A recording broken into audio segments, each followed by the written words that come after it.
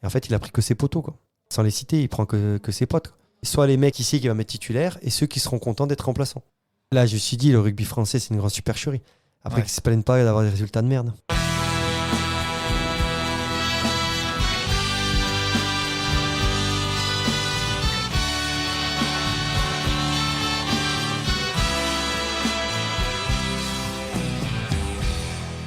Bonjour à toutes et à tous, vous écoutez Un terrain conquis, le podcast qui donne la parole aux sportifs pros d'hier et d'aujourd'hui qui ont aussi conquis le terrain du business. Pour ce tout premier épisode, il était important de frapper fort avec un invité de marque et je pouvais difficilement faire mieux pour cette première. Mon invité est 4 fois vainqueur du top 14, 3 fois champion d'Europe et vice-champion du monde avec les Bleus.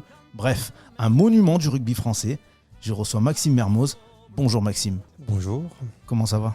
En pleine forme. Bah ça se voit, hein. 2 ans que t'as arrêté et t'as l'air toujours aussi affûté.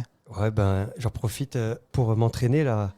Au moment où on enregistre, je sors d'un petit footing sous moins 5, moins 6 degrés à Paris avec des copains, mais le sport c'est toute ma vie et même si le rugby était toute ma vie, ça reste ancré en moi et le sport aussi. Alors ça me fait très plaisir de te recevoir pour ce premier numéro d'Un terrain conquis. Tu es en quelque sorte le parrain de ce podcast et avec un parrain comme toi, on peut dire que le petit part bien dans la vie, donc c'est super. Alors Maxime, même si on ne te présente plus, je vais quand même tâcher de le faire pour ceux qui ne te connaîtraient pas encore. Si tu es d'accord, je vais d'abord revenir sur ton joli parcours sportif. Et si je me trompe, t'hésites pas à me renvoyer dans mes 22, il n'y a pas de souci. Tu as donc été formé au Stade Toulousain. Tu disputes ton premier match de top 14 lors de la saison 2005-2006. Tu dois t'en rappeler d'ailleurs. Les souvenirs sont un peu mélangés. En fait, je me souviens surtout du premier match où j'ai joué avec les pros. C'était contre Colomiers. Mais c'était un match qui comptait pas spécialement, mais c'était en période internationale. Et je me rappellerai toute ma vie puisque porter la première fois le maillot du Stade Toulousain et comme tu as dit, ça devait être en 2005, donc j'avais à peine, même pas 18 ans quand j'avais 17 ans. C'était un rêve en 2 ans de passer des Pinales dans les Vosges. Je les oublie pas quand même, jusqu'à mes 15 ans et au Stade Toulousain avec Émile Ntamak au centre. Donc c'est plus mon premier souvenir que le premier match en championnat. Alors à la fin de ta 3e saison en équipe 1 à Toulouse, tu pars sur un titre. Tu es recruté par Perpignan et tu deviens champion de France dès ta première saison à l'USAP. Tu restes 4 ans à Perpignan, où tu cartonnes, hein, on peut le dire. Et en 2012, tu t'envoles pour Toulon, le Grand Toulon, avec qui tu enchaînes les titres. Champion d'Europe 3 fois d'affilée, de 2013 à 2015. Champion de France en 2014, vous écrasez l'Europe entière. Puis après, l'euphorie finit par retomber un petit peu. Ton aventure varoise se termine en janvier 2017. Tu rebondis en Angleterre, d'abord à Leicester, puis à Newcastle, pour une saison. Et tu reviens finalement à Toulouse en 2018 où tu remportes un dernier titre de champion de France avant de mettre fin à ta carrière à l'issue de la saison suivante en 2020. Ça, c'est pour la partie club. Et en sélection, il y a aussi de quoi dire puisque tu connais ta première cape à l'été 2008 en Australie et tu as disputé 35 matchs avec l'équipe de France, dont la finale de la Coupe du Monde 2011 en Nouvelle-Zélande contre les All Blacks. Sacré CV quand même. Ouais, il y a toujours mieux, il y a pire. Tout ce que je sais, c'est vrai que pour moi, les chiffres, en tout cas les titres ou pseudo-titres... ne reflète pas du tout tout ce que j'ai vécu. C'était encore plus intense. C'est vrai que l'équipe de France a été je t'aime, moi non plus. Et c'est vrai que j'aurais préféré, au vu au nombre de fois et d'années où j'étais avec les Bleus, j'aurais pu doubler, voire tripler le nombre de sélections. Mais c'est pas important, c'est tous les souvenirs que j'ai pu vivre. De pouvoir jouer tous les ans au très très haut niveau, c'était ça, on va dire, qui m'animait. Et c'est pour ça que ça a été vraiment les 16-17 années assez intenses. Assez intense. On a parlé des titres, on a parlé des sélections, c'est impressionnant. Mais... les origines de ta carrière aussi, elles sont plutôt impressionnantes parce qu'elles montrent beaucoup de ton caractère. Toi et ton frère Gaëtan, vous êtes le fruit d'un mélange entre une maman algérienne et un papa savoyard. Tu es né à Épinal, tu as donc grandi dans les Vosges. Bon, pour les moins bons en géographie comme et moi. Parle comme ça, dans les Vosges, c'est gros. Faut resituer quand même parce qu'il y en a qui sont pas bons en géographie, j'en fais partie. Et du coup, surtout ne me dis pas, c'est là où il y a des pingouins. Ouais, c'est pas loin. On me l'a dit. Ah ouais. Ah oui. Voilà. J'avais 15 ans, j'étais à Toulouse. Bon, c'est près de l'Alsace et de la Lorraine. Bon, c'est pas vraiment le bastion historique du rugby français. Comment diable tu te retrouves avec un ballon ovale entre les mains ? Il suffit d'aller dans le garage déjà. Tout le bas de la maison, c'était un grand garage. Plein de sacs militaires avec des vieux maillots. Mon papa qui allait jouer avec les copains, mon frère aussi. J'ai 3 ans et demi. Donc... à ce moment-là, tu te demandes pas pourquoi, tu as juste envie d'y aller et c'était normal en fait. Mon père avait cette passion du rugby. Je pense que c'était parce que socialement, c'était une bande de copains à passer du bon temps. Donc c'était plus un prétexte, je pense. Et moi, c'était comme quelque chose d'inné. c'est compliqué. Hein. Quand tu as 3 ans et demi, 4 ans, tu te demandes pas pourquoi je joue au rugby. C'est vrai qu'en Lorraine, il n'y a pas trop de rugby, mais en grandissant, je commençais à comprendre que ceux de Nancy ou de Strasbourg, qui ne sont pas non plus les plus grandes villes rugby, mais pour eux, c'était déjà des bourgeois par rapport à nous. Ouais. Donc, je comprenais pas pourquoi ils se sentaient supérieurs. Et c'est qu'après, en grandissant, que j'ai compris que le Nord-Est n'était pas spécialement une terre de rugby, comme à un moment la Bretagne, la Normandie, ou toutes ces régions qui ont peut-être misé un peu sur ce sport et qui sont en train de faire grandir les choses. C'est pour ça que j'ai visé de suite. À 12 ans, j'avais envie de faire le rugby, mon métier. Déjà 12 ans. Ouais, j'avais 12 ans. Parce que je voyais les copains qui jouent au foot après l'école. J'ai demandé comment ça s'appelait. Ils m'ont dit sport-études. J'ai dit, je vais faire pareil. Et c'est parti comme ça. Mais je crois que tu t'es initié à d'autres sports. Tu as fait un petit peu de hand, peut-être de basket. Pourquoi tu t'es. D'ailleurs, le basket, c'est un sport que tu aimais bien, il me semble. Ouais, mais encore plus le handball, parce que c'est vraiment des sports jumeaux avec le rugby. Et qu'est-ce qui fait que tu te focalises sur le rugby ? Parce que le hand est venu peut-être 7-8 ans. Donc, peut-être au fond de moi, le rugby était plus. Tu avais déjà 4 ans de rugby derrière toi. Ouais, peut-être le rugby était peut-être plus naturel. Et puis, je sais pas, les posters, c'était plus de rugby que de handball. Le hand, c'était une vraie passion, mais je me projetais pas. Je savais que j'avais pas pu se grandir. Je fais pas 2 mètres, je suis pas un 95 non plus. Donc, je sais pas, je sentais que j'étais très fort au hand. J'aurais peut-être pu essayer, comme un copain Tom, aller au pôle de Strasbourg, il a réussi à y rentrer. Moins loin, du coup. Moins loin, mais moins chaud aussi. Ouais. Non, mais en tout cas, non, je sais pas, le rugby, c'était le rugby. En fait, c'était évident. Voilà, Ouais. c'était comme une évidence, c'est tout. Le premier club professionnel de rugby, il est loin. Il est très loin des Vosges. Du coup, ton unique possibilité de voir le rugby pro, c'était via l'écran de télévision. Ah oui. Est-ce que tu regardais des matchs de top 14 de l'équipe de France ou le rugby, c'était le samedi après-midi, le mercredi après-midi avec les copains et uniquement ça? Quand il y avait un match, c'était un peu le rituel. On était dans le salon. C'est le tournoi des 5 nations à l'époque. Mon père, T'es si vieux que ça? Ah ben oui, Arrête. j'ai genre 37 ans l'année prochaine. Ouais, ça va vite. Hein. Ouais. Il y avait le tournoi des 5 nations, il y a la belle ogive, la cabane est tombée sur le toit, sur le chien, pardon. Non, il y a... Bon, c'est pareil, hein, l'un ou l'autre, c'est bizarre. bizarre. On n'est pas là pour être ici. Non. Mais là, c'était mon père avec le maillot de... Il y avait tout le temps des maillots de rugby là, qu'il devait acheter sur Rugby Shop ou chez des trucs comme ça. C'était rugby à 13. Non, c'était une tradition de regarder les matchs à la télé. Les All Blacks, top 16. C'était le top 16 à l'époque. Et puis, c'était aussi le moment où on allait des fois chez les amis regarder. Eux, ils venaient à la maison. Je pense que mon père, c'était le prétexte pour prendre l'apéro aussi. Voilà, c'était comme ça. Et à 15 ans, ton papa t'amène faire des détections et forcément, ta vie bascule. Les critères pour être recruté, ou en tout cas pour passer les tests, c'était un bon dossier scolaire, une sélection régionale et de la famille sur place. Dossier scolaire, bon, j'étais bon à l'école, ça va. Sélection régionale, je l'ai eu de justesse dans l'année parce que les sélectionneurs Alsace-Lorraine ne voulaient pas me prendre parce que j'étais des Vosges et que pour eux, on était Walou. Donc, je l'ai eu. Et la famille, le hasard, c'est que mon frère est pris en prépa ingénieur sur Toulouse. Et du coup, ça me fait de la famille sur place. Ah, magnifique.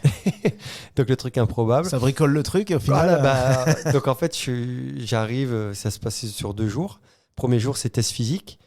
Sauf que manque de peau, le week-end précédent, j'avais un tournoi vers Forbach, Kilkirch, un truc comme ça. Et j'avais la cuisse, je crois que j'avais une déchirure. Je pouvais pas courir, c'était impossible. J'ai essayé de faire les tests physiques, c'était impossible. Muscu, une traction, j'avais même pas fait une. Je crois qu'il y avait Clément Poitrenaud qui était là, il se foutait de ma gueule. Parce qu'il commençait à éclore en plus. Donc là, bon, test physique 0. Ok, bon. Et le lendemain, on nous dit on fait 6 contre 6, moitié de terrain, jeu libre. Et l'après-midi, 15 contre 15. Voilà, c'était ça.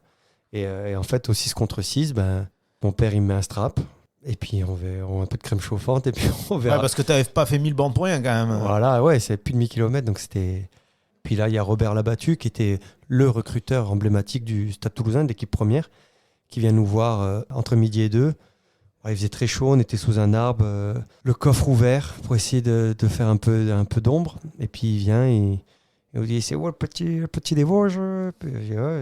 Et puis il regarde mon père, il dit, je veux qu'il vienne renforcer l'équipe cadette du Stade Toulousain. Qu'est-ce qu'il raconte? Il dit, papa, ça veut dire quoi?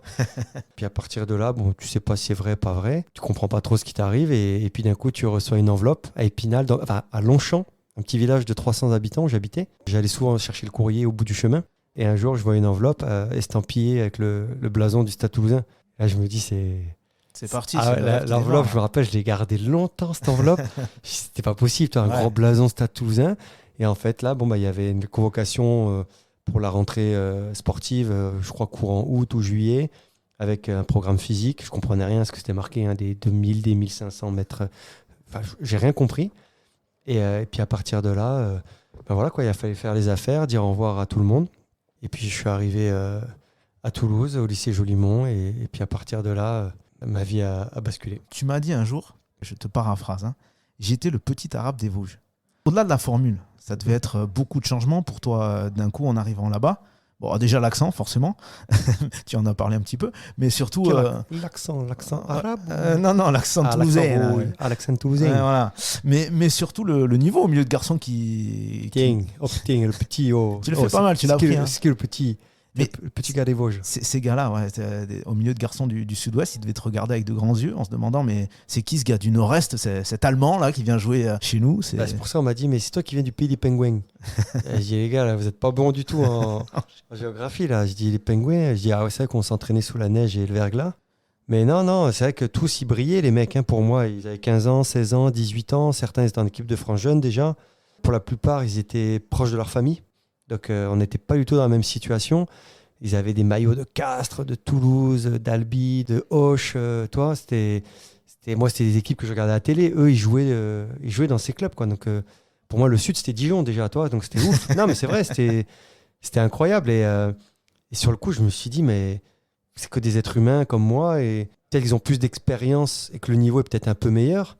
Mais moi, le rugby, c'était dans mes veines. Donc, j'ai de suite essayé d'observer et comprendre ce qu'il fallait faire pour progresser et percer au plus haut niveau, même chez les jeunes. Alors tout le monde connaît Maxime Mermoz, le grand joueur de rugby, mais on connaît moins Maxime Mermoz, le très bon élève. Tu en as parlé un peu tout à l'heure. Il paraît que tu étais énorme aussi de ce côté-là. On me l'a reproché aussi. C'est trop fort. Pas trop fort, mais c'est comme le rugby, la question ne se posait pas. En fait, travailler à l'école, c'était normal. Avoir des bonnes notes, c'était l'objectif. J'ai jamais accepté, enfin c'est affreux de dire ça, mais j'ai jamais accepté d'être moyen ou la médiocrité. Chez moi, je sais pas, mon frère a été ingénieur, mon père aussi. Ma mère était infirmière, mais elle faisait tout pour qu'on travaille, quoi. C'était normal. Je me rappelle une fois, ma sœur, elle avait loupé, je crois, un examen ou un truc comme ça. Elle s'en rappelle encore. Hein. Donc, non, c'était un plaisir. Moi, c'est un plaisir de réussir, quel que soit le milieu, d'apprendre et d'avoir ce sentiment de fierté personnelle. C'était bien. Sauf que je voyais à l'internat, quand certains préféraient peut-être faire les cons ou rigoler ou faire d'autres choses. Moi, j'avais qu'une envie, c'était finir mes devoirs pour avoir l'esprit tranquille. Quoi. Tes efforts t'amènent dans les équipes de France de jeunes, tu l'as dit, et tu remportes même la Coupe du Monde des moins de 21 ans en 2006. Champion du monde. Oui, champion du monde, sacrée distinction quand même. Même si ça ne crée pas le tremplin que tu espérais au Stade Toulousain. Du coup. J'espérais rien du tout au Stade Toulousain, puisque je n'étais pas dupe sur les différences de niveau. Le Stade Toulousain était la grande équipe d'Europe. Les joueurs qui composaient l'équipe étaient 80% aussi de l'équipe de France. Donc, des internationaux partout. Donc pour moi, c'était juste une fierté personnelle et une étape dans mon parcours. Alors qu'aujourd'hui, on voit les joueurs qui ont été champions du monde, on les a mis en avant, on a dit on va compter sur eux, alors que nous, à l'époque, limite, ça faisait chier parce qu'un an après, il y avait la Coupe du Monde 2007 en France. Et du coup, ça mettait la pression à la grande équipe de France. Et c'est comme ça que j'ai ressenti, puisque les mecs, pas eu de soutien, pas eu de félicitations, et même l'inverse... plutôt du dénigrement. Ah ouais. Oui.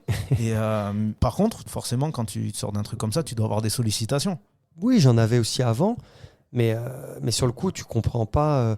Tu essaies de comprendre parce que toi, tu es sur le terrain, tout se passe bien. Aux entraînements, en opposition contre les pros, tu arrives toujours à te montrer et à te mettre en évidence. Donc, tu comprends pas où est le problème.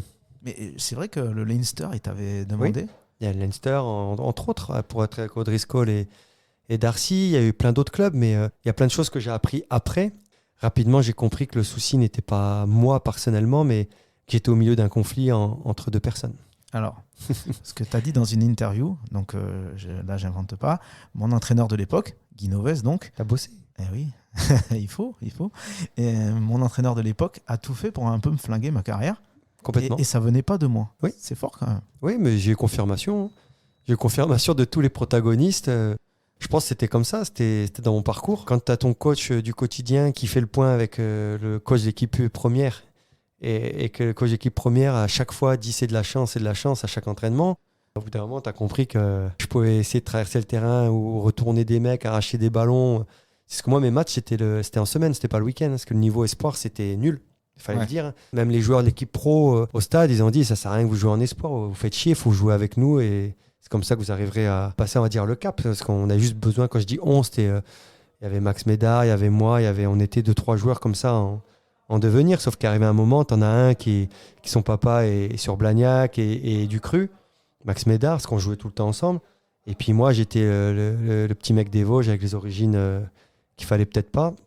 Et puis je dérangeais parce que j'étais peut-être pas là à boire toutes les paroles, parce que j'avais mon libre arbitre, même si je parlais jamais. J'essayais de me faire discret, puis je me faisais discret, puis on me critiquait. Donc au bout d'un moment, j'étais perdu, je savais plus quoi faire, ni sportivement, ni humainement. Mais tu avais toujours 2-3 mecs qui m'empêchaient d'abandonner et qui m'ont permis de continuer à croire en moi. Du coup, tu demandes à partir de Toulouse. Je crois que tu prends la décision après une demi-finale où on fait rentrer un avant, Yannick Nyanga et pas toi. Ça t'a foutu les boules, je pense, mais c'est normal. Alors, j'ai pleuré pendant un long moment dans les vestiaires. Et tu as Yannick Nyanga qui est venu me parler avec des mots très réconfortants, avec beaucoup d'empathie aussi. Parce que Yannick a été, si je peux me permettre, un joueur qui est certes duré longtemps au Stade Toulousain, mais qui a toujours été un second couteau, entre guillemets, pour le coach, et qui apparemment n'était pas on va dire une recrue du coach, mais plutôt du président. Donc il y a ce que les gens voient et ce qu'on vit au quotidien. Et j'ai jamais rien dit au Stade Toulousain. J'ai toujours fermé ma bouche, travaillé, parce que quand on est joueur, il y a toujours meilleur. Mais à ce moment-là, ça faisait 2-3 ans, même pas mal de temps, qu'il y avait beaucoup d'injustices et que je voyais que tout était fait contre. Et puis là, c'était un peu la cerise sur le gâteau. Et de toute façon, ça faisait un moment que j'apprenais que des clubs me voulaient. Et moi, j'étais pas là à chercher le prestige, mais juste à me réaliser et m'éclater. Et au bout d'un moment, la seule chose que j'avais demandé au club, eux, ils avaient un club à gérer, moi j'avais ma vie. J'ai quitté ma famille à 15 ans. C'est pas pour me laisser faire le second couteau pour la période internationale. S'ils avaient besoin de faire ça, ils continuent à recruter des Samoans ou des Fidjiens, et puis c'est pas grave. Donc c'est la seule demande et la seule remarque que j'ai fait au club depuis mon arrivée en 2000, quand j'avais 15 ans. C'est juste de me laisser partir. Voilà, c'est tout. Et du coup, tu pars de Toulouse en champion de France malgré tout, puisque le club remporte un titre de champion de France et vice-champion d'Europe. Tu pars à Perpignan dans ce nouveau club. Et là, tu as beaucoup de temps de jeu. Et dès la première année, tu deviens champion de France avec un vrai rôle du coup sur le terrain. Est-ce qu'on peut dire que c'est le deuxième vrai départ de ta carrière ? Oui, tu peux le dire. Ce qui s'est passé, c'est que j'avais pas mal de contacts avec beaucoup de clubs qui voyaient ce que je faisais, même au Stade Toulousain, ils voyaient ce que je faisais en équipe de France jeune aussi. Ils ne pouvaient pas nier les choses. Et en fait, Jacques Brunel, qui m'avait vu jouer avec les Espoirs, je crois, ou avec l'équipe unie, je ne sais plus, il avait dit, mais c'est quoi le problème avec Mermoz, quoi ? Et donc moi, quand je l'ai eu, Jacques, c'était quand même l'assistant de Bernard Laporte, l'équipe de France. Et il ne m'a pas dit, t'es le meilleur, il ne m'a pas dit, t'es le plus nul. Il m'a juste dit, si t'es bon, c'est toi qui joues, si t'es pas bon, tu joueras pas. Alors que les autres coachs, sans leur manquer de respect, quand ils te voient, ils te disent, tu seras le numéro 4, tu seras le numéro 2, tu seras le... Qu'est-ce que t'en sais ? Qu'est-ce que t'en sais que je suis pas meilleur que... C'est pas le même discours, hein. Sauf que là, pour une fois, j'avais l'impression qu'on allait vraiment me juger pour ce que j'allais faire et qu'il n'y ait pas d'autre chose. Plus Jacques Brunel, il n'était pas de Perpignan. Son intérêt, c'était que l'équipe soit la meilleure, quoi. Alors lui, il n'était pas. Par contre, il y en avait des Catalans dans le vestiaire. Toi, le Vosgien, tu t'imposes dans cette équipe de Catalans. Et je crois que les Catalans de Perpignan, c'était un peu comme les Catalans du FC Barcelone de la grande époque. Tu vois, c'est un groupe dans le groupe. Tu rentres pas forcément très facilement. Je crois même que tu as une petite anecdote sur ce sujet. Ça parle de Toréador, je crois. Ah ouais. C'est à la fin de la première année. Ce qui se passe, c'est que j'arrive quand même avec un CV, malgré tout. Ouais. J'étais pro au Stade Toulousain. J'ai fait toutes mes gammes au Stade Toulousain. J'ai gagné des titres à 15, à 7 aussi. Et en plus de ça, j'avais cette rage et cette hargne. Donc je pouvais qu'être un élément positif pour l'équipe. Dès le premier match, je marche sur l'eau. Toute la saison, je marche sur l'eau. J'ai été mis en lumière très vite. On m'a toujours reproché d'avoir une mentalité foot parce que je m'intéressais à d'autres choses. Alors heureusement, je soignais ma communication. Quand on me disait, vous êtes catalan, je dis non, je suis accepté des Catalans parce que je sais que c'était compliqué. Il faut faire attention. Et en fait, à la fin de saison, on est champion de France. Et l'année d'après, Midi Olympique me fait un article. Et je ne sais pas pourquoi, ils me font poser à la plage avec le bouclier de Brennus. Et comment tu as dit, Toréador ? Ouais, le costume de Toréador. Costume de Toréador. Et là, tu as un joueur en particulier qui est fan de tout ce milieu tauromachie et compagnie, et il le prend très mal parce que lui c'est un vrai fan et il comprend pas comment moi j'ai fait le guignolo sur une photo.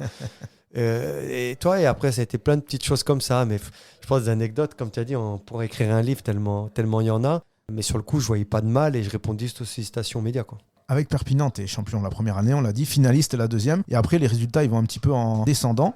Pour toi, le club, à son prime, a raté un peu le coach, notamment un rapprochement avec le grand voisin du Barça. On pouvait pas faire mieux sportivement pour le club qu'on avait. Personne nous voyait déjà performant comme on l'a été. 2 finales de suite en 2 ans. Les médias qui s'intéressent à nous. Moi qui suis un peu porte-drapeau. Toi, la jeunesse, changer un peu aussi l'image du joueur de rugby.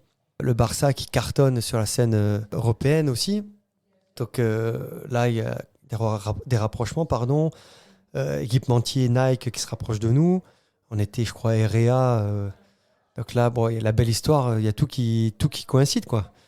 Et puis, on voit qu'ils refusent Nike pour Burda, je crois, ou je ne sais plus quel sponsor qui mettait un peu plus d'argent.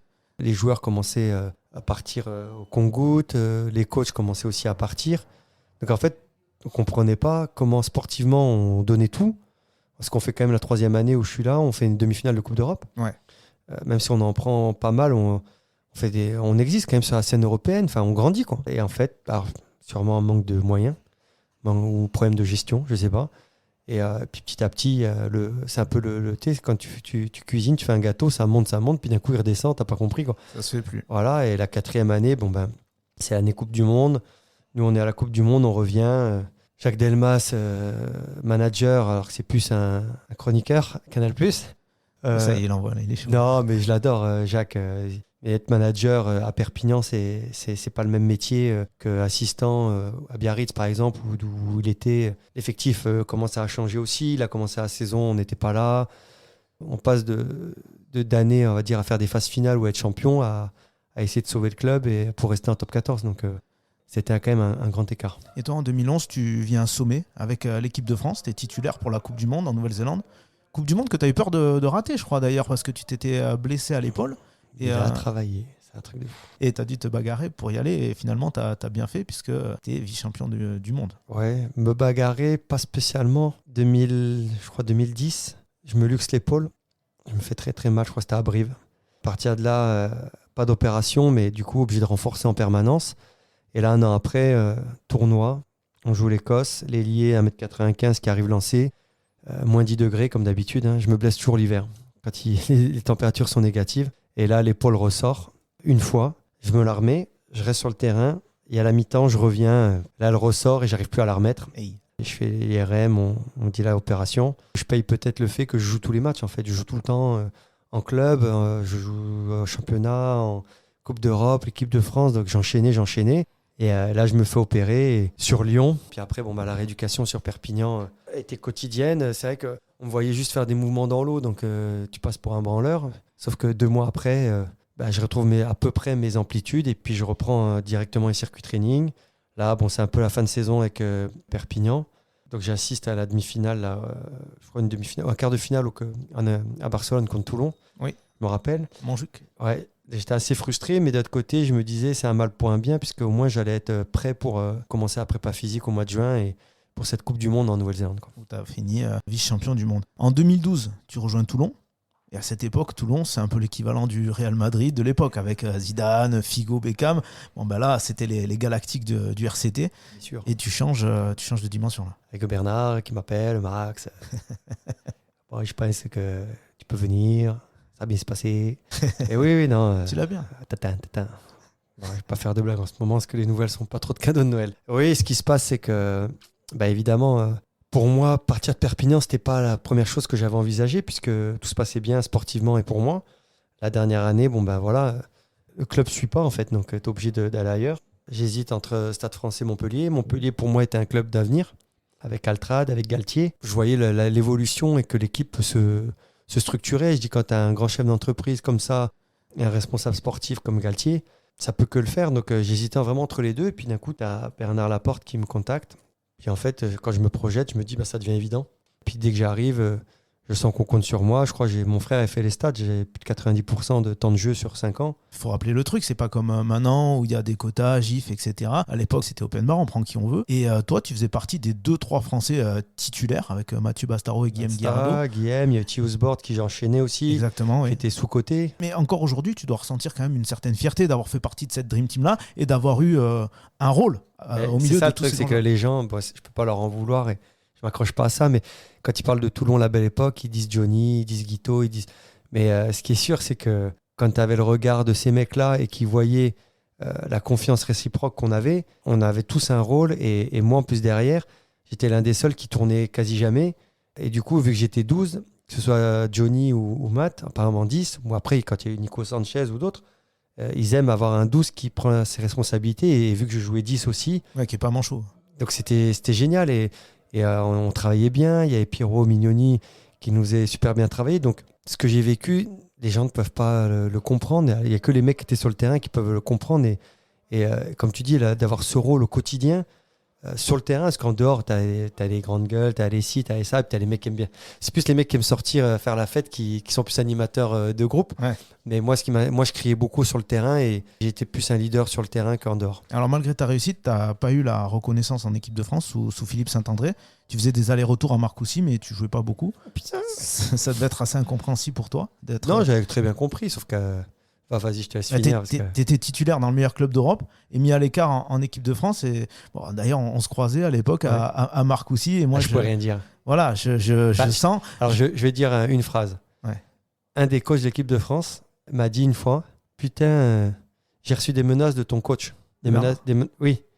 J'ai dit, mais qu'est-ce que ça a à voir encore avec moi? Donc rien quand tu as compris ça, tu comprends beaucoup de choses. Moi, je sentais le garçon, qui s'abouillonnait à l'intérieur. Et tu pouvais pas parler parce que forcément, t'es dedans. Je disais rien, on me critiquait. Alors si je disais une vérité, mais mec, j'étais mort. Je passais pour le con. Et la plupart des joueurs, sans être méchant, c'était des mecs... En fait, quand on te donne à boire et à manger, tu vas pas cracher sur le mec. Et la plupart, ils étaient repris alors que c'était pas spécialement les meilleurs. Tu avais quand même une mafia pro-clermontoise. Saint-André était de Clermont et a peut-être des enjeux avec certains agents aussi. Faut arrêter de prendre les... C'est la grande blague, la grande supercherie et les qualités, on les avait pour bien jouer. Mais si je vous raconte comment on s'entraînait, les discours ici et ça, c'était une blague. Donc c'est ça que tu comprends pas, c'est que là où tu es le meilleur, tu passes un cap. C'est comme, sans comparer, mais quand tu as Benzema à Madrid qui excelle dans l'un des meilleurs clubs et qui est champion, qu'est-ce que tu veux lui dire? Comment tu peux lui mettre excuse-moi, je vais pas sortir des noms, mais des mecs, j'ai envie de sortir des noms, les pauvres, mais ils vont mal le prendre. Mais comment tu peux sortir des mecs qui ont eu 3 sélections et c'est du vent. Ouais. C'est du vent, tu vois ce que je veux dire? Je peux pas citer les mecs parce que je respecte et que ils m'ont rien fait en plus, donc j'avais rien contre eux. Mais tu as des mecs, il a essayé tous les mecs possibles, imaginables pour pas me faire jouer et il savait pas comment l'expliquer. Donc il avait l'air d'un con et là où c'est le plus ridiculisé, c'est quand il me prend pas pour le dernier tournoi en 2015. Il dit c'est un choix sportif. Mais mec, je suis élu meilleur centre quasi tous les ans du championnat. Je suis performant régulièrement. Je passe rarement à côté d'un match. Même les journalistes me demandaient comment je faisais pour enchaîner tous les matchs et des performances tout le temps. Et là, faire comme si j'existais pas. Et là, il dit choix sportif. Une semaine après, il me rappelle. Toi, et oui, Max, c'est un mauvais mec. Bernard Laporte avait pris ma défense dans les médias. J'étais tellement un mauvais mec qu'une semaine après, j'étais devenu capitaine des 3/4 pour le dernier tournoi. Ça se passe super bien. Ils savent pas à part me dire, ils me disent merci, ils viennent me voir. Ils me disent franchement, heureusement, machin, Thierry du Sautoir qui me dit putain, ça fait du bien que tu sois revenu parce qu'il fallait réveiller un peu tout ça, toi. Et je prenais en main les entraînements. Alors ouais, je prenais en main les lancements, je prenais en main tout. Et comme par hasard, ça marchait. On jouait en Angleterre, certes, on perd à Twickenham. Mais on marque des essais de 80 mètres, on relance de partout. Tu marques un essai d'ailleurs. Je marque, mais on montre un autre visage d'équipe de France. Et pourquoi? Parce que eux, ils ne savaient même plus quoi faire. Donc du coup, on a pris les choses en main, dont moi derrière. Et du coup, en fait, tu leur filais un coup de main, si j'ai bien compris, donc, du coup, aux entraînements. Et dis Max, bah tiens, tu vas prendre un peu un atelier ou un truc comme ça, c'était ça? Non, même pas. Si tu dis ouais, j'ai envie qu'on fasse ci, qu'on fasse ça, qu'on partira sur tel lancement contre eux. La vidéo, on l'analysait nous. Donc entre guillemets, on faisait ensemble. Mais nous, on est joueurs, donc au bout d'un moment, c'est nous qui prenons la décision. Sauf que là, pendant 4 ans, c'est les joueurs, et oui, t'écoutes ce qu'on te dit.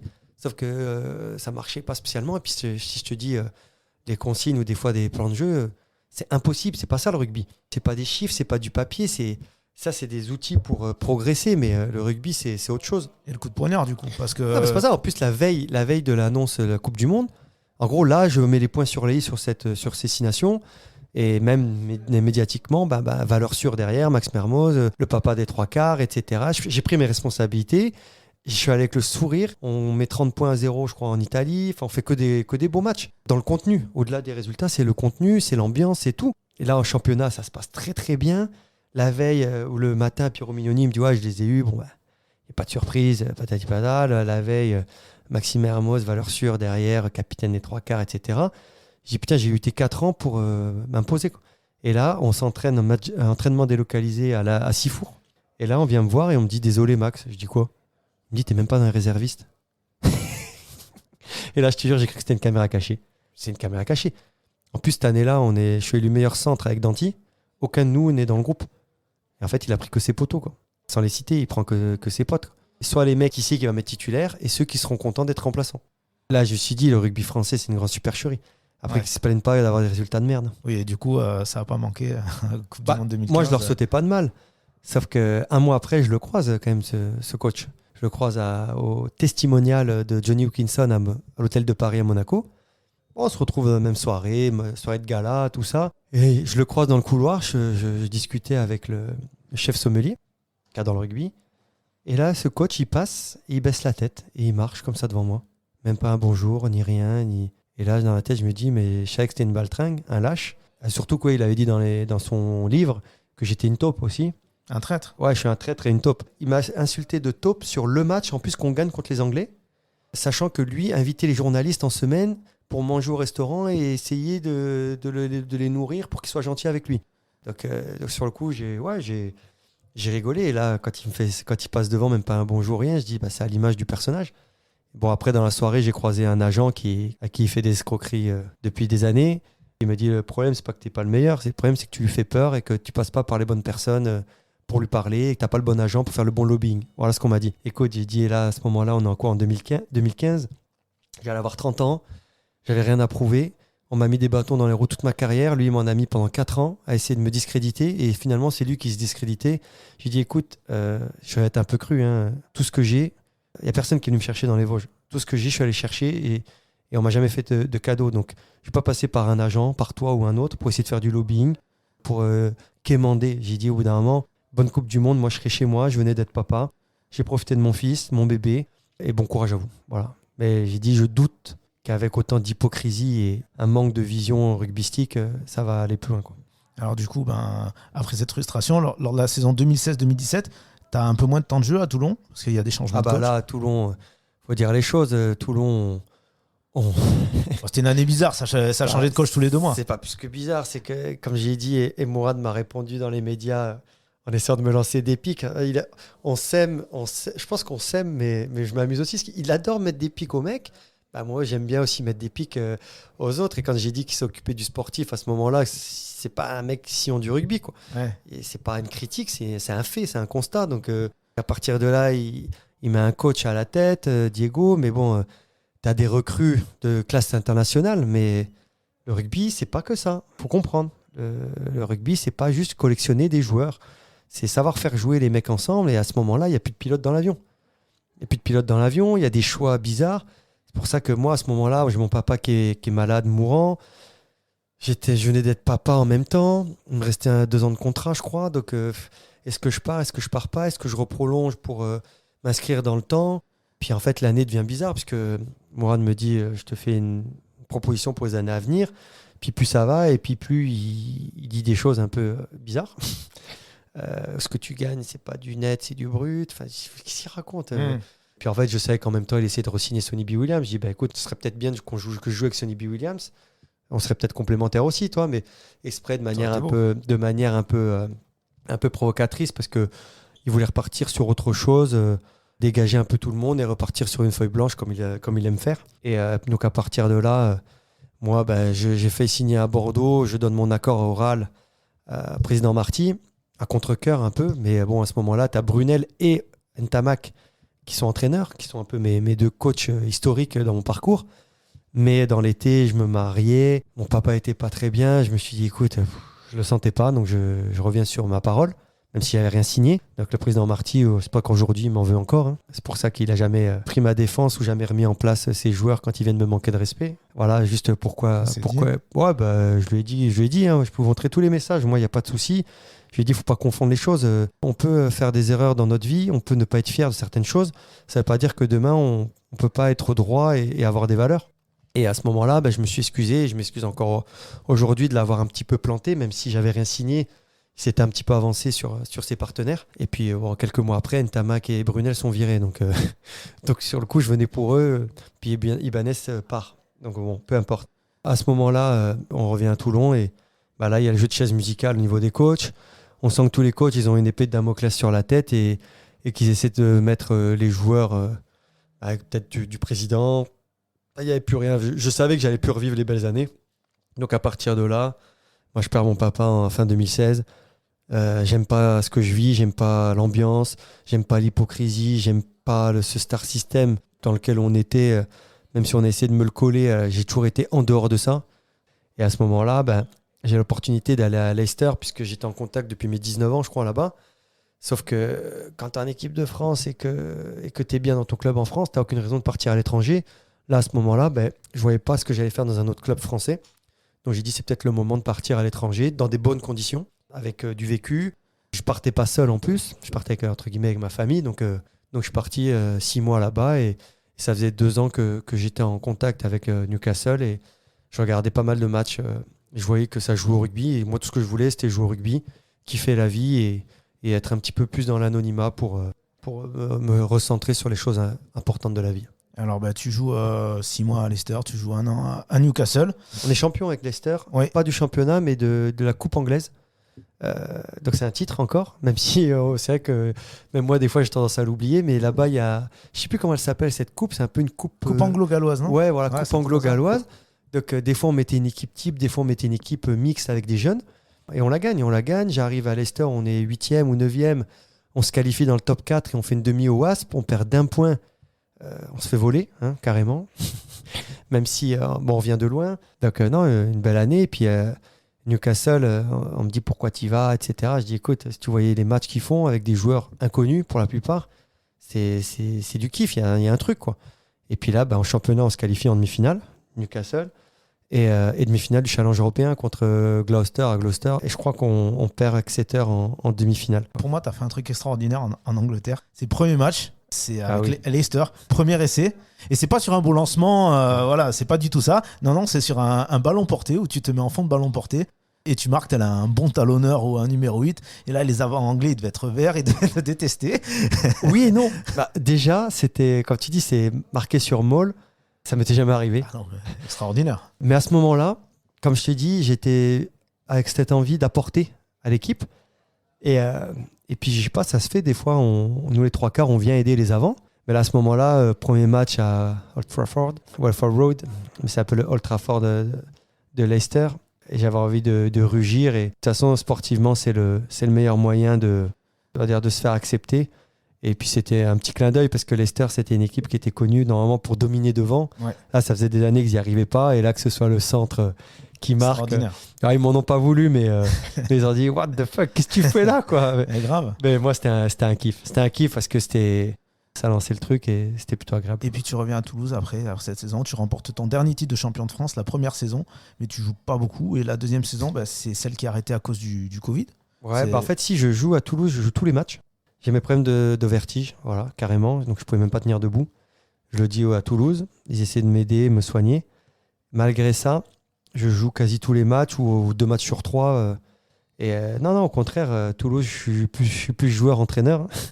Je pense qu'il ne pourra pas le contredire, Hugo Mola, puisqu'il est venu me remercier pour tout ce que j'ai pu apporter au Stade Toulousain, parce que j'ai pris aussi en main pas mal de choses. Ils m'ont laissé beaucoup de place quand je suis arrivé.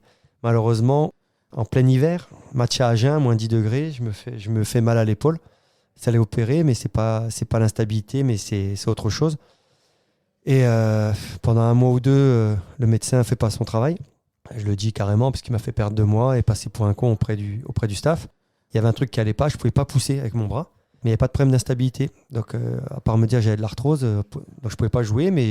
Et puis là, à partir de janvier, il me dit, je me fais opérer début mars, je crois. Il me dit, essaie de revenir pour les phases finales. Malheureusement, je suis pas, c'est impossible. Avec ce que j'ai, ils m'ont dit c'est 6 mois. C'est ma première longue vraie blessure, parce que la première en 2011, c'était 2 mois, et après je pouvais reprendre. Donc c'est ma première vraie longue blessure. Et là, on est champion, mais moi j'étais fier parce qu'il y avait beaucoup de jeunes. Et tout le travail qu'on avait fait depuis plus de 6 mois, on surfait dessus. Donc il y avait une certaine fierté, mais à ce moment-là, je suis 3 mois en rééducation à Saint-Raph pour m'approcher de mon fils. Et là, je sens que je suis moins présent, donc du coup, les joueurs un peu m'excluent du groupe. Puis à la dernière année, je dois reprendre fin d'été, j'ai toujours des douleurs. Après, il y a le retour des internationaux, qui était au Mondial 2019. Et puis très rapidement, le Covid. Moi, j'avais encore des douleurs, les vertiges qui étaient encore là, donc... Tu dis terminé, quoi.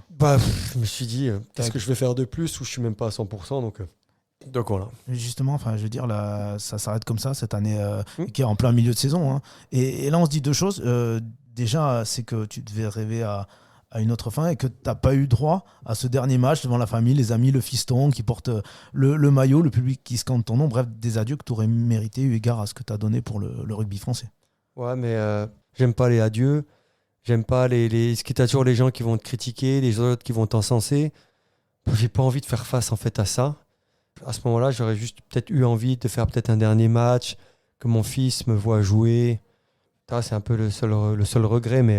Il n'y a pas un club qui t'a dit, Max, si tu veux faire une année de plus Si, il y en a, mais je me suis pas non plus manifesté non plus, parce que je sentais que tous les jours me lever, c'est de la souffrance avec mes problèmes de vertige et que j'arrive pas à soigner. Donc là, si je te mets dans la confidentialité, j'ai repris une licence, milieu amateur, mais quel club? Je peux pas le dire encore, mais c'est un petit club, un petit club dans le Var, mais c'est pour. En fait, je m'entraîne des fois avec eux, je coach, j'adore coacher. J'ai des résultats, que ce soit avec les petits, avec les grands.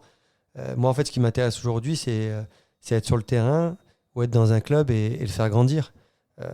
C'est vrai que j'ai pas trop activé mon téléphone pour me manifester sur ça. J'écris peut-être à 2-3 mecs, mais je pense qu'ils n'ont pas compris encore ce que je veux faire ou ce que je suis capable de faire. C'est pour ça que je suis un peu aujourd'hui... c'est pas un appel, même, c'est pas un appel du pied, mais en tout cas, je suis assez frustré quand je vois certaines équipes qui méritent beaucoup plus et mieux. Ta carrière sportive terminée, tu as pu te consacrer aussi à ton autre activité professionnelle, celle d'entrepreneur, que tu avais démarré bien avant de raccrocher les crampons. Hein. Ouais, comme je dis, dès l'âge de 20-21 ans, j'étais un peu à touche à tout, j'ai testé plein de choses.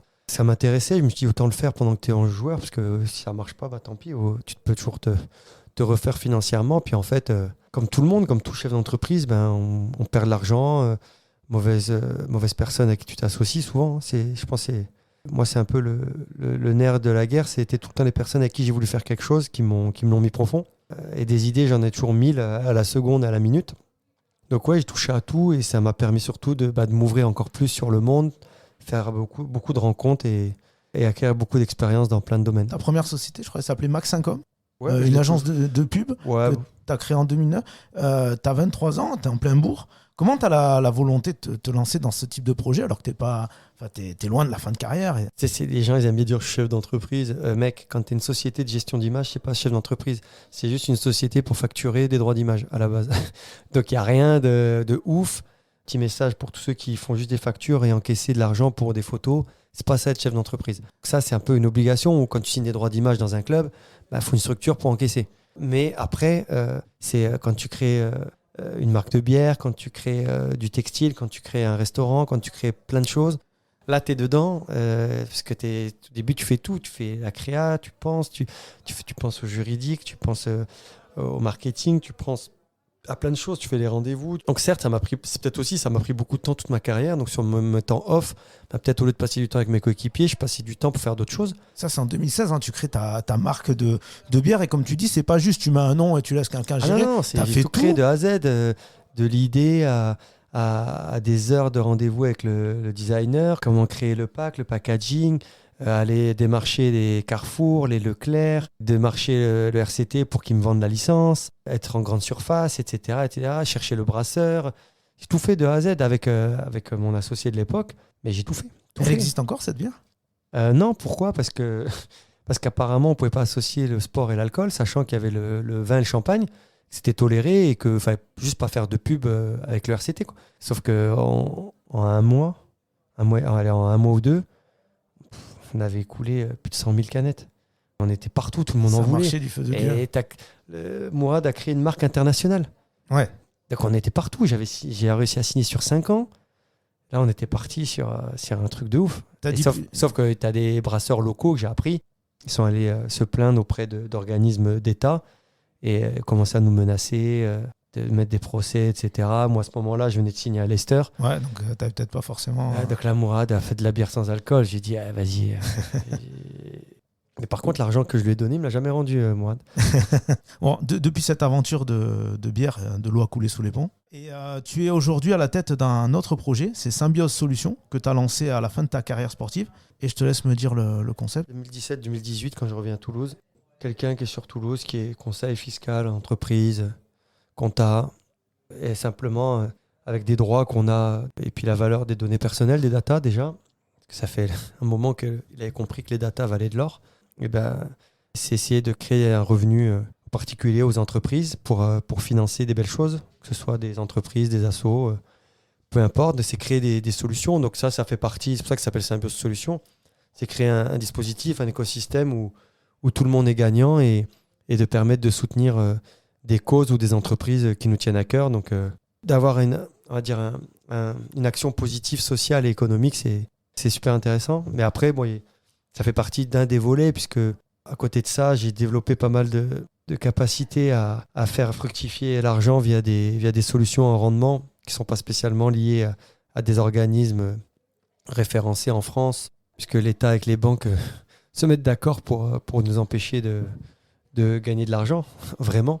Donc je travaille plutôt avec des sociétés indépendantes pour faire fructifier. Donc je travaille avec des particuliers, avec des gens qui s'occupent des family office, peu importe. Et c'est pour ça que j'invite tout le monde à me contacter et à bénéficier de tout mon réseau et toutes mes connaissances pour pouvoir, entre guillemets, faire fructifier un peu plus les choses. Parce que quand on voit que tout augmente, sauf les salaires, c'est compliqué pour tout le monde, même quand on gagne de l'argent. Si tu devais définir Maxime Mermoz, le chef d'entreprise, ça serait plutôt Paul Gauze, plutôt Mourad Boudjelal ou plutôt Didier Lacroix, les trois des présidents que tu as connus à Perpignan, Toulon et Toulouse? Je me rapprocherais peut-être plus de Mourad, même si je cautionne pas tout, mais ouais, Didier Lacroix, beaucoup de respect pour Didier, mais j'ai dû me battre pour avoir un rendez-vous avec lui et conseil du Stade Toulousain pour expliquer ce que je faisais et comment je pouvais le mettre à disposition pour le club. Donc ça a été un peu compliqué, mais peut-être plus comme Mourad, parce que Mourad, il y a toujours cette volonté de réussir en permanence, donc c'est peut-être plus ça. Alors c'est un bruit qui doit évoquer des choses, la sirène, il y a un bonus à aller chercher, et donc pas d'en avant, interdiction de beauté en touche, un peu de légèreté d'abord avant d'entrer dans le vif du sujet. Tu as toujours été un joueur super propre durant ta carrière, pas de carton rouge je crois, mais tu as aussi eu l'occasion de jouer avec quelques grands poètes du rugby, comme Pascal Papé, Keith Botha, Grégory Le Corvec. Si tu devais décerner un prix au plus grand d'entre eux, il irait à qui? Ça, je sais pas si c'est positif ou non pour eux. C'est un style de rugbyman. Ouais, mais quand tu les as à côté, tu peux marcher le torse bombé quand même, parce que tu avais Ovidiu, Tonita, tu as Greg Le Corvec, c'est vrai que tu peux aller à la guerre avec lui. Je peux pas en faire sortir un, même si... Celui qui part à la castagne le plus facilement. Tu parles de Greg. Greg, c'est un sanguin. Greg, il tape et après, il discute, toi. Et en plus, il a hier... Il est manager à hier Carqueran, donc je vais les voir des fois le dimanche jouer. Mais ouais, allez, vas-y, on va parler de Greg. Mais ce qu'il faut savoir, et j'ai beau le répéter, c'est que c'est des mecs, c'est des soldats, ils ont un cœur énorme. Et tu peux aller à la guerre avec eux. Et en dehors, c'est les mecs les plus gentils. C'est souvent ça, ouais. Souvent les mecs que tu crois les petits gentils, en dehors, c'est les petites putes. Hein, on va dire les choses comme elles sont. Alors que les mecs comme ça, c'est des vrais. Il n'y a pas de coup dans le dos. Donc non, allez, Greg au fer de lance. Dernière question. Aujourd'hui, tu es consultant pour beIN Sport. Oui, tu analyses, tu commentes la Coupe d'Europe, enfin la Coupe Euro Sud African Cup, quoi. Et on le sait, consultant, c'est l'antichambre des staffs de Top 14. Je sais que tu vas entraîner parfois des petits, ce que peu de monde sait. Mais avec ton expérience, est-ce qu'une aventure de ce type dans un staff pro te tenterait dans un futur plus ou moins proche? Carrément, parce que j'ai énormément apporté. Comme je t'ai dit, je suis frustré, je ne le cache pas. Je suis frustré d'être devant ma télé et de ne pas être là au quotidien pour pour tirer le meilleur des mecs et d'une équipe. Comme je dis, j'entraîne même des mecs qui ont 20, 25 ans, et même plus. Et à chaque fois, à la fin d'entraînement, quand je reçois des messages, je me dis, ça marche, quoi, ça marche. Et je pense à chaque fois réussir à adapter mon discours, que ce soit au collectif ou à l'individu. Et surtout, pour avoir vécu et ressenti pas mal de choses, c'est essayer de donner les vraies solutions, les vraies clés pour mettre en place et que les mecs arrivent à passer un cap. Donc, quand tu passes juste 1 heure avec quelqu'un, tu lui fais travailler des passes ou le jeu au pied, et qui va dire derrière putain, en 1 heure j'ai plus appris qu'en 15 ans, sur le coup c'est une fierté, et toi tu te dis ouais, je suis fait pour ça de toute façon depuis toujours. Après, savoir le transmettre, c'est autre chose, mais comme je te dis, j'ai toujours été intéressé aussi à l'être humain, à la psychologie, et être manager ou coach ou transmettre, c'est au-delà des compétences, c'est aussi des compétences plus mentales et psychologiques, humaines, au-delà des compétences techniques. En tout cas, avis au staff de Top 14, au président de Top 14, sauf peut-être celui de Montpellier. Hein, je ne pense pas que tu iras forcément. Oh, il n'est pas rancunier, mais, mais bon, regarde. Il y en a d'autres. Oui, mais puis il a des bons mecs aussi dans le staff. Mais tu sais, j'ai pas quémandé à tous les clubs, c'est que ça doit se faire aussi naturellement, une volonté réciproque. Et puis, je pense pas que quand on est à ce poste-là, moi, j'aime pas faire semblant. Il faut que je puisse apprécier quand même la personne. Et je respecte les individus. Et, sauf quand on n'est pas sur la même longueur d'onde, c'est comme ça. Mais après, on évolue. Et regarde, Bernard s'entendait pas avec Mourad Boudjelal. Et voilà, Guy Novès, je suis parti avec beaucoup de rancœur, peut-être. Alors que j'ai joué pour lui avec les Barbarians. J'ai joué pour lui en 2016 en équipe de France, et c'était une fierté et un plaisir, parce que on dit toujours que les obstacles sont positifs, et moi je me dis en fait, si j'avais pas eu tout ça, est-ce que j'aurais eu cette carrière? Je pense pas, puisque j'ai besoin peut-être être dans la difficulté pour tout le temps me remettre en question et me relever encore plus fort. Eh bien, merci Maxime d'avoir été mon premier invité dans Terrain Conquis. Ça a été un grand plaisir d'échanger avec toi. Il ne me reste plus qu'à te souhaiter encore d'autres succès sur le terrain du sport et du business. Merci beaucoup Maxime. Merci à toi. Allez, ciao.